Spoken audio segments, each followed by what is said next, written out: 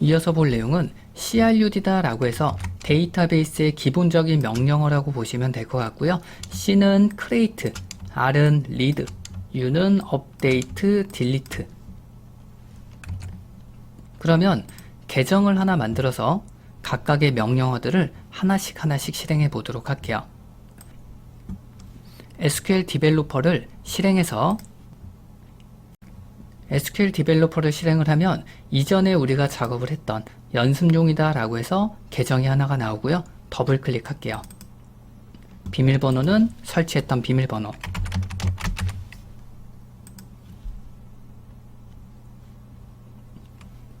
데이터베이스에 연결이 되면 우선적으로는 계정을 하나 만들게요.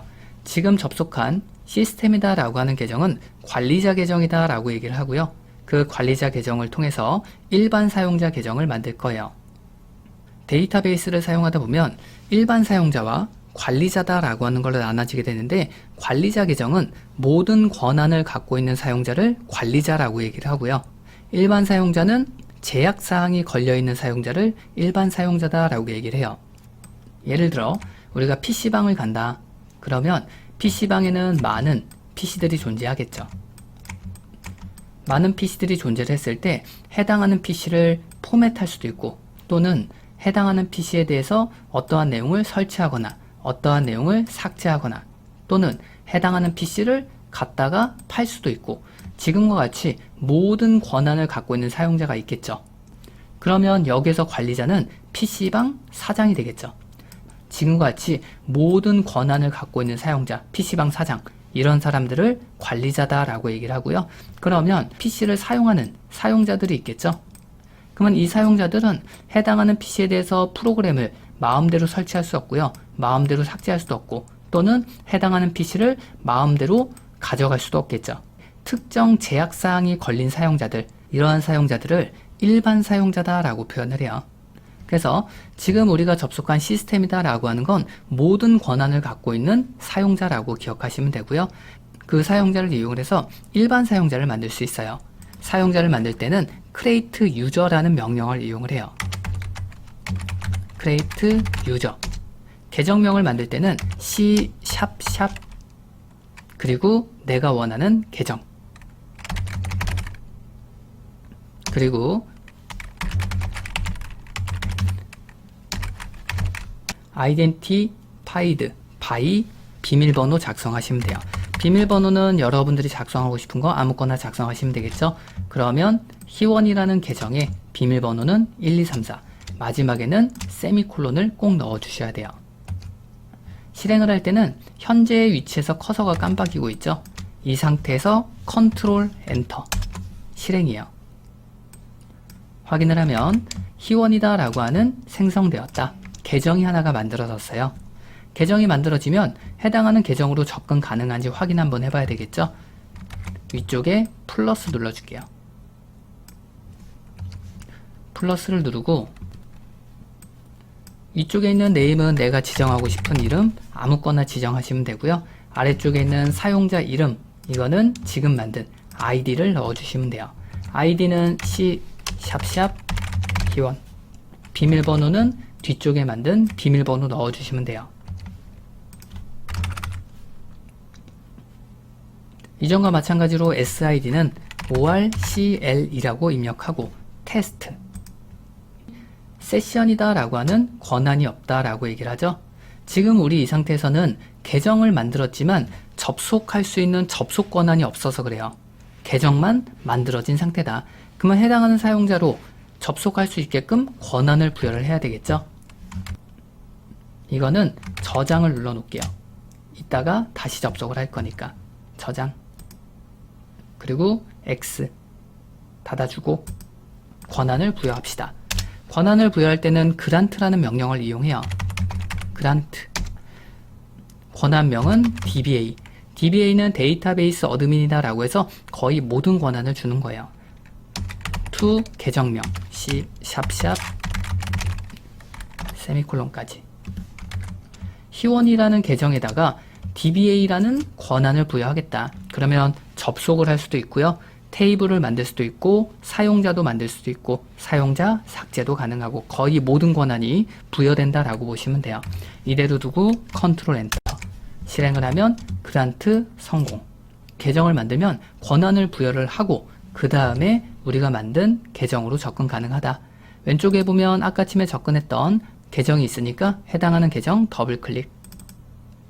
비밀번호는 여러분들이 설정한 비밀번호 확인. 누르면 접근이 가능하죠. 먼저 볼 거는 테이블을 생성하는 명령어를 볼 거예요. 테이블은 저장하는 저장소라고 기억을 하시면 되고요. 엑셀이라는 게 있으면 위쪽에다가 이름들을 명시하죠. 이름은 어떤 걸로 저장할 거고요. 전화번호는 어떤 걸로 저장할 거고요. 주소는 어떤 걸로 저장할 겁니다. 그러면 이름들, 전화번호들, 주소들 이러한 모양으로 만들어주는 게 테이블이라고 보시면 돼요. 저장소를 하나 만든다라고 기억을 해주시면 될 것 같고요. 그래서 여기에 들어오는 이름, 전화번호, 주소 이러한 것들을 컬럼명이다 라고 표현을 해요. 만들어 보도록 할게요. create table 그 다음에 테이블 이름 person이라는 테이블을 만들게요. 만들 때는 소괄호를 이용을 해서 만들고요. 마지막에는 세미콜론 넣어주시면 돼요. 소괄호 안에다가 엔터 칠게요. num이라는 컬럼을 만들 거예요. 넘버라는 자료형을 쓰겠다. 넘버는 숫자를 저장할 수 있는 자료형이라고 보시면 되고요. 콤마 쓰고 엔터. name 바캐릭터 2 바캐릭터 2는 문자를 저장하는 자료형이라고 보시면 되고요. 괄호 안에다가는 문자를 얼마만큼 저장할 거냐 10바이트만큼 저장하겠다. 콤마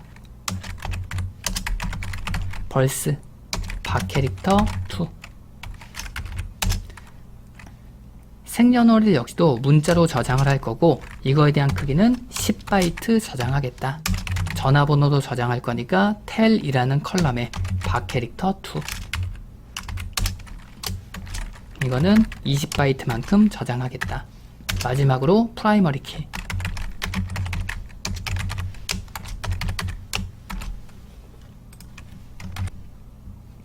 자료형이나 또는 컬럼명을 지금과 같이 사용을 했는데 이러한 것들을 만들 때는 대소문자를 구분하진 않아요. 그래서 위쪽에 있는 넘버는 소문자로 썼고 바캐릭터 2는 대문자로 썼죠. 이거는 대소문자 어떤 걸 사용해도 크게 상관은 없게 되고요. 그 다음에 마지막에 프라이머리 키다 라고 해서 설정을 했죠. 프라이머리 키는 유일한 키로 만들겠습니다 라고 해서 중복을 허용하지 않는다 라고 생각하시면 돼요. 보통 우리가 웹사이트를 만든다 라고 하면 아이디라는 걸 만들죠. 아이디 같은 경우에는 중복 체크를 하죠. 중복된 아이디는 사용할 수 없습니다 라고 얘기를 하죠. 그거와 마찬가지로 num이라는 값은 중복을 허용하지 않겠습니다. 그게 프라이머리 키라고 기억하시면 돼요. 요 세미콜론 다음에 커서를 맞춰 놓고 컨트롤 엔터 실행.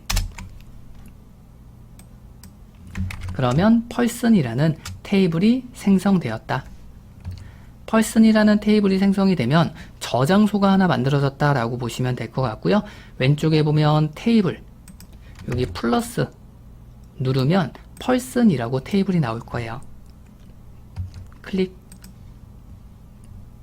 다음과 같이 num이라는 컬럼, name이라는 컬럼, 벌스라는 컬럼, 텔이라는 컬럼들이 이러한 방식으로 만들어졌다라고 얘기를 해주고요. 위쪽에 보면 데이터라는 탭 있죠? 데이터라는 탭 클릭해 볼게요. 이전에 얘기했던 엑셀에서 저장하는 방식과 비슷하게 만들어지죠.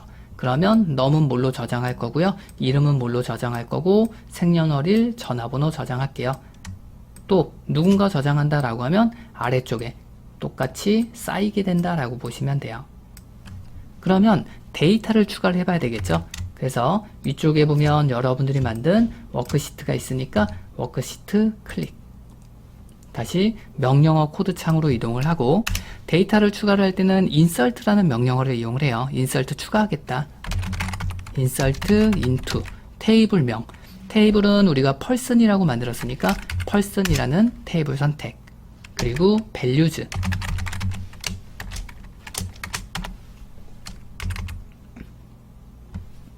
괄호 안에 들어갈 때는 이 순서에 맞춰서 넣어주시면 돼요. 넘은 숫자 형태로 넣어줄 겁니다 라고 했으니까 넘은 일반 숫자로 넣어주면 되고요.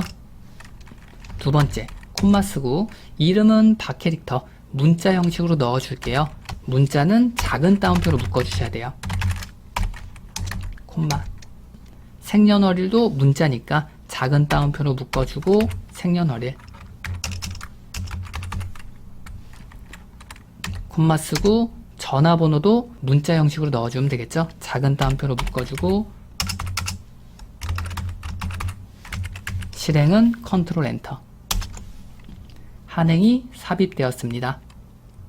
펄슨이라는 테이블을 클릭을 하고 새로 고침을 하면 데이터가 하나가 추가가 될 거예요. 새로 고침 누르면 방금 전에 인설트를 통해서 우리가 넣은 데이터가 잘 추가가 되는구나. 인설트다 라고 하는 명령어는 데이터를 추가하는 명령어다 라고 기억하시면 될 것 같고요. 하나 더 추가해 볼게요. 다시 워크시트 클릭해서 동일하게 인설트를 사용을 할 건데 이번에는 person과 values라는 걸 따로따로 구분을 해 볼게요. person이라고 작성을 하고 이번에는 여기다가 컬럼명을 직접적으로 넣어줄 수 있어요. 우리가 컬럼명을 사용하지 않고 values를 바로 쓰게 되면 만들었던 테이블에 대한 순서대로 넣어주셔야 돼요.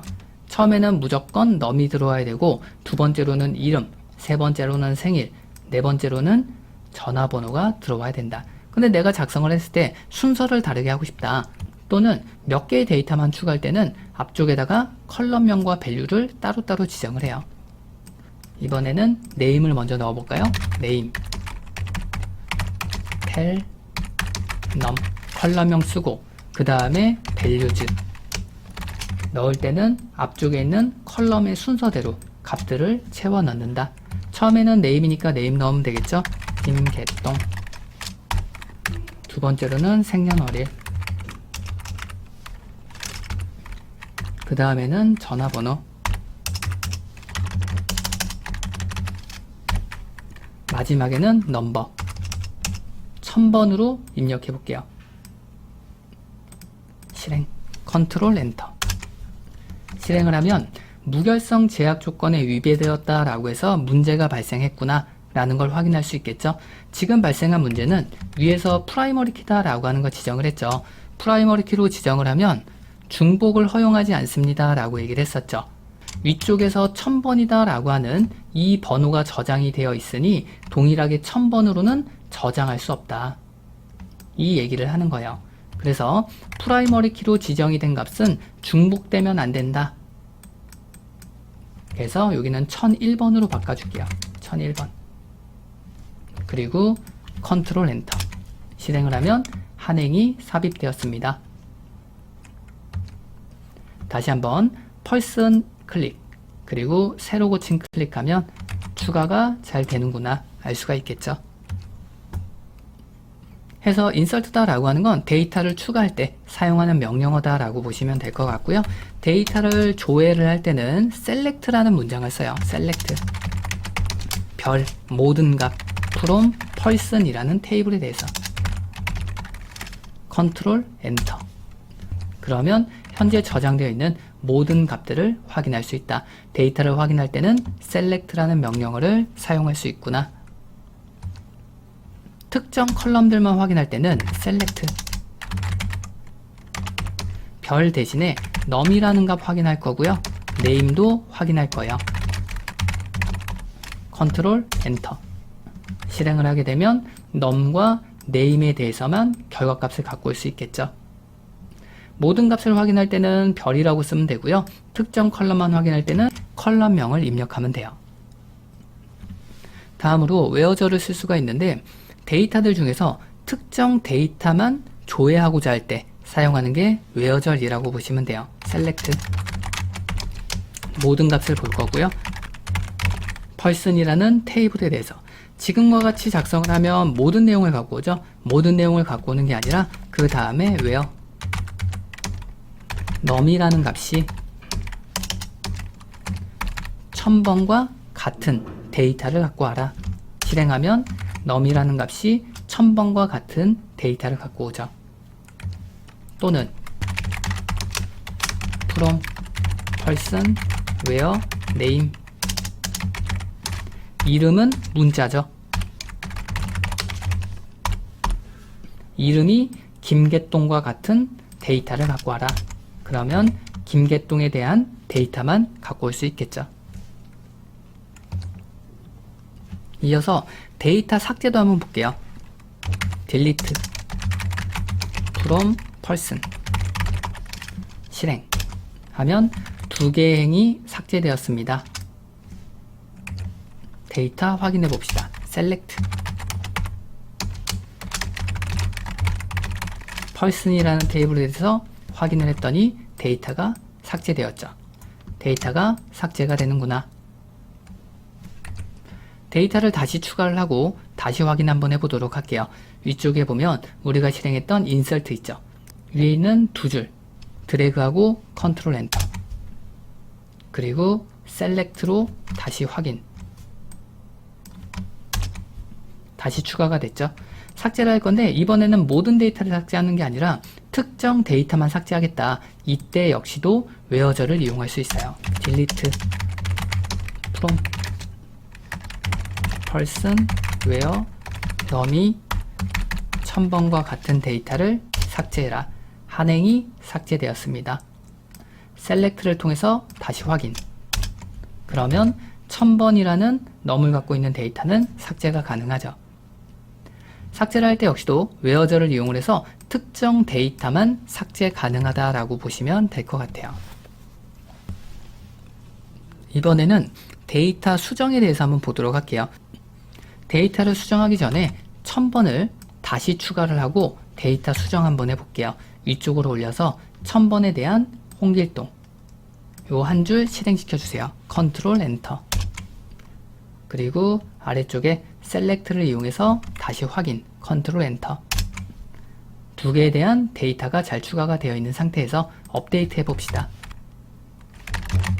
업데이트 person이라는 테이블에 대해서 set 변경하겠다 세팅하겠다 어떤 거를 이름을 무엇으로 개똥이로 콤마 텔도 변경하겠다 텔은 111로 그리고 실행. 그러면 두 개가 업데이트 되었다. select를 통해서 확인해 볼게요. 위쪽에는 select 명령어 실행. 그러면 개똥이 전화번호는 다 바뀌죠. 수정 역시도 웨어저를 사용하지 않으면 저장되어 있는 모든 데이터가 변한다 라고 보시면 될 것 같아요.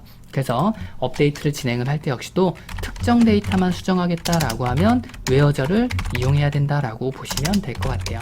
set name 홍길동 where num이 1000번과 같은 데이터. 그래서 num이 1000번과 같은 데이터에 대해서 이름을 홍길동으로 변경하겠다. 그러면 1000번이라는 데이터에 대해서 이름은 홍길동으로 변경되겠죠. 실행해 볼게요. 컨트롤 엔터 그리고 select 컨트롤 엔터 실행을 하면 하나의 데이터만 업데이트가 잘 되는구나 해서 여러분들이 수정, 삭제, 검색할 때 웨어절이다 라고 하는 거 사용할 수 있다 라고 보시면 될 것 같아요. 마지막으로 커밋까지 보고 넘어가도록 할게요. 전체적인 흐름을 다시 한번 보고 커밋이라는 명령어에 대해서 살펴보도록 할게요.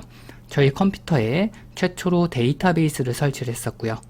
그리고 SQL 디벨로퍼다 라고 하는 걸 설치를 했죠.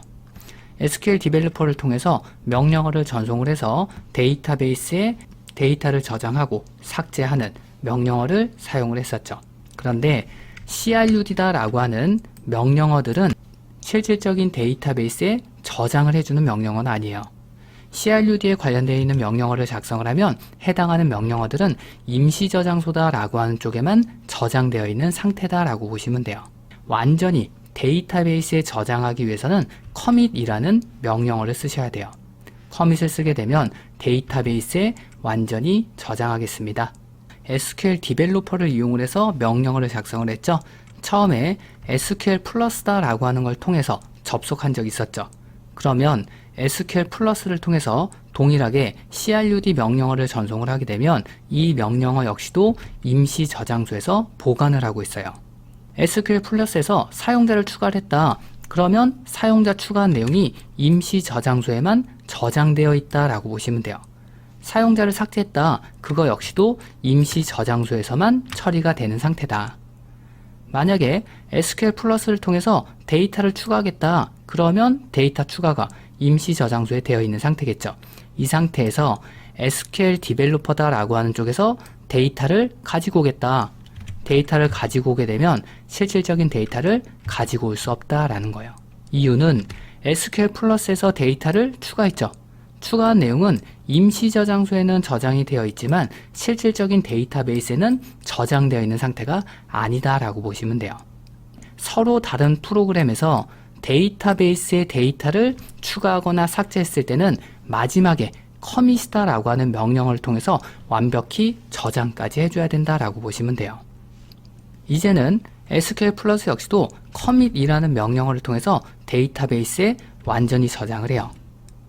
그런 다음에 SQL 디벨로퍼에서 다시 데이터를 가지고 오겠다. 그러면 데이터베이스에는 완전히 저장이 되어 있으니 데이터를 가지고 올 수 있다라고 보시면 돼요. 실습을 통해서 확인해 보도록 할게요. 이전에 우리가 데이터를 이렇게 두 개 추가했었죠. 이 상태에서 아직 우리는 commit이라는 명령어를 작성하지 않았잖아요. 이 상태로 두고 SQL 플러스를 하나 열어줄게요. 시작이나 검색 눌러서 SQL이라고 검색하면 SQL 플러스 있겠죠. 사용자 이름은 SQL 디벨로퍼에서 저장했던 아이디와 비밀번호 C## 계정 비밀번호 다시 한번 확인해 볼게요. SQL 디벨로퍼에는 분명히 데이터가 저장되어 있죠. 셀렉트를 통해서 확인하면 데이터 잘 나오죠. 이 상태에서 SQL 플러스로 이동을 해서 셀렉트를 동일하게 사용해 볼게요. 실행, 엔터 치면 되겠죠. 확인했더니 뭐래요? 선택된 레코드가 없다라고 되어 있죠. SQL 디벨로퍼에서 crud에 대한 명령어를 실행을 하게 되면 해당하는 명령어는 임시 저장소에 저장되는 방식이다 라고 얘기를 했었죠. 실질적인 데이터베이스에는 저장되는 게 아니다. 그래서 SQL 플러스에서 셀렉트를 통해서 데이터 갖고 오겠습니다. 근데 실질적인 데이터베이스에는 데이터가 저장된 적이 없잖아요. 그러니까 데이터를 가지고 올 수 없다라고 얘기를 하는 거예요. 여러분들이 데이터 수정 또는 삭제 이러한 내용들을 다 처리했다라고 하면 마지막에는 commit이라는 명령어를 실행해 주셔야 돼요. 컨트롤 엔터. 커밋이 완료되면 다시 SQL 플러스로 이동을 해서 select 사용해 보도록 할게요. 엔터. 그러면 결과값을 잘 갖고 오죠. 당연히 SQL 플러스에서 작업을 했다. 딜리트를 통해서 모든 내용을 삭제해 볼게요. 실행을 하면 모든 내용이 삭제가 됐고요. 셀렉트를 통해서 확인하면 데이터가 존재하지 않겠죠. 이 상태에서 디벨로퍼에서 다시 실행해 볼게요. select from person 실행하면 데이터는 잘 나오죠. 이거 역시도 동일하겠죠. 이번에는 SQL 플러스다 라고 한 쪽에서 작업을 했죠. 여기서 작업을 하면 SQL 플러스에 대한 임시 저장소가 생겨요. 그리고 삭제를 한 건 어디서 삭제했어요? 임시 저장소에만 삭제가 진행됐다라고 보시면 돼요. 그리고 나서 SQL 디벨로퍼에서 셀렉트를 통해서 데이터 갖고 왔죠? 데이터 갖고 올 때는 데이터베이스로부터 데이터를 갖고 오겠다. 여기에는 삭제 처리가 진행되지 않았기 때문에 데이터를 갖고 올 수 있다라고 보시면 돼요. SQL 플러스에다가 커밋 해볼게요. 커밋 엔터. 커밋이 완료됐죠. 그 다음에 다시 SQL 디벨로퍼로 이동을 해서 셀렉트 실행을 하면 이제는 데이터가 삭제가 되죠. 해서 커밋이라는 명령어는 실질적인 데이터베이스에 완전히 처리하겠다라는 의미로 기억하시면 될 것 같아요.